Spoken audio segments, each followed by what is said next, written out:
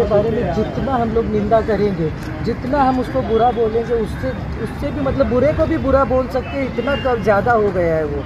महिलाओं के साथ में क्या अत्याचार हुआ है पूरे देश ने, पूरी दुनिया ने देखा है। और मोदी जी के वजह से और स्मृति ईरानी, ये दोनों के वजह से महिलाओं का जो अपमान हुआ है वो हम कभी बर्दाश्त नहीं करेंगे।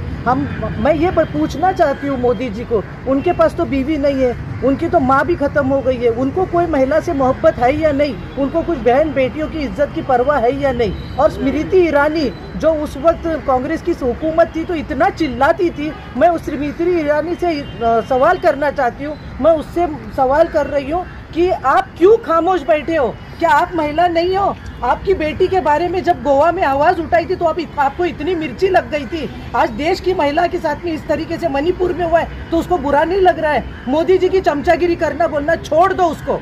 ये आवाज़ मेरी पूरे देश में पहुंचाओ और उसको बोलो स्मृति ईरानी को अपने महिला विकास बाल कल्याण की जो वो मंत्री है उसको बोलो राजीनामा देवे। वो इस लायक नहीं है, महिला बाल कल्याण में रहने के लायक नहीं है।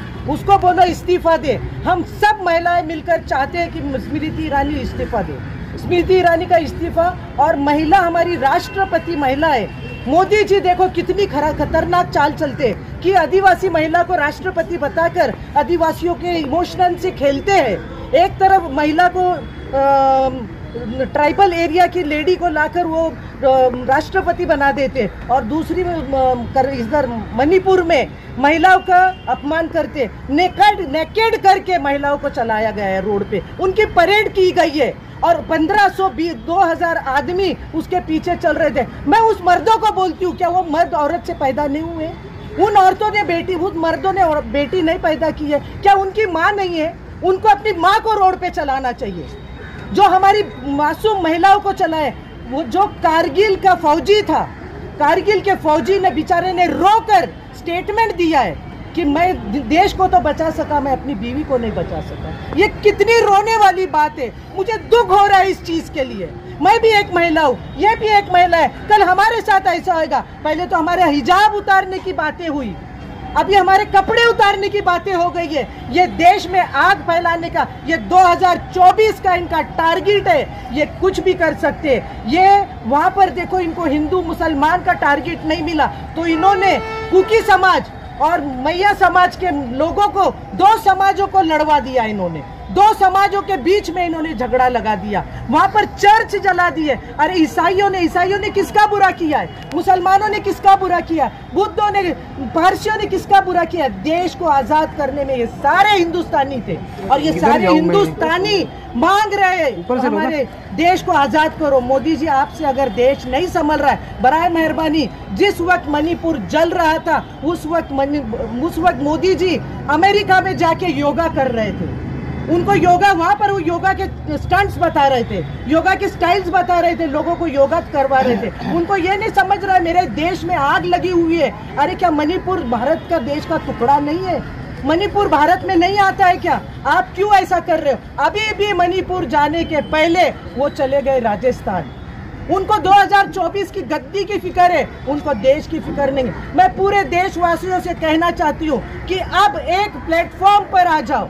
कोई पार्टी मत देखो, कुछ मत देखो, जात मत देखो, पात मत देखो, किसी की पार्टी मत देखो, एक ही पार्टी देखो खाली कि देश बचाने वाली कोई भी पार्टी। ये मत समझो मैं कांग्रेस की हूँ तो कांग्रेस पार्टी हूँ। जो देश को बचाएगा वो मेरी पार्टी है। और एक राहुल गांधी मर्द है जिसके अंदर ताकत है, जो मोदी को टक्कर दे रहा है। बाकी देश बिक चुका है, कोर्ट बिक चुकी है, सुप्रीम कोर्ट, पुलिस, सब कोई बिक चुका है। कोई बचा नहीं है, पुलिस भी बिक चुकी है। यहाँ पर कोई कानून कुछ नहीं। हमारी कॉन्स्टिट्यूंसी को छेड़ा गया है, हमारे हर चीज को छेड़ दिया गया है। मोदी जी की बर्बाद करने के लिए देश को पैदा हुए। मैं आप लोगों से गुजारिश कर रही हूँ, ये हमारी भिवंडी शहर की आवाज पूरे देश में पहुँचाओ और मोदी को हटाओ। बस मोदी हटेगा, देश सुखी हो जाएगा। इतना ही बोलकर मैं अपने शब्द खत्म करती हूँ। जय हिंद, जय महाराष्ट्र। आज मोर्चा निकाला गया, जो आंदोलन मणिपुर का एक है और जो बीडी गुरु जी का, उनके बारे में जो आपने निवेदन दिया, क्या है?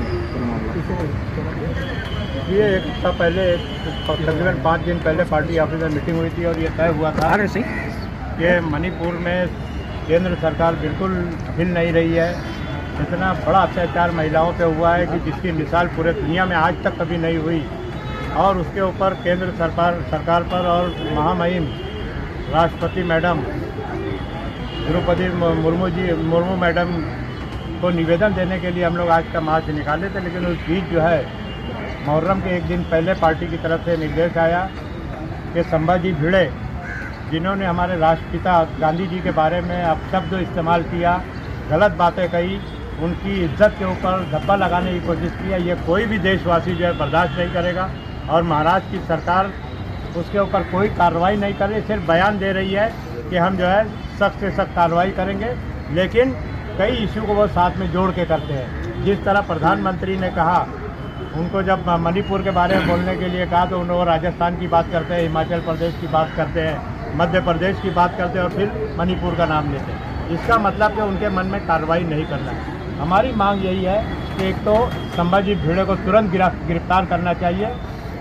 राष्ट्रपिता जो है उसको हम महात्मा कहते हैं, राष्ट्रपिता कहते हैं, और उनका इस तरह से पब्लिक डोमेन से अपमान करना ये इंतहाई निंदनीय, हम निषेध करते हैं और उनके अरेस्ट की मांग करते हैं। साथ ही आज का जिस मकसद के लिए हमारा ये जो मोर्चा था, हम लोगों ने मणिपुर के ताल्लुक से पिछले 70-72 दिन से मणिपुर में एक कम्युनिटी को जलाया जा रहा है, उनके घरों को जलाया जा रहा है, उनको मारा जा रहा है। और बाद में 2 महीना पुराना एक वीडियो जो वायरल हुआ और जो अवाम ने, देश के और बाहर देश के लोगों ने देखा, वो इंतहाई शर्मनाक है। हर हिंदुस्तानी का शर्म जो है, हर दुनिया में हर किसी का सर जो है शर्म से झुक जाने वाला इंसिडेंट था।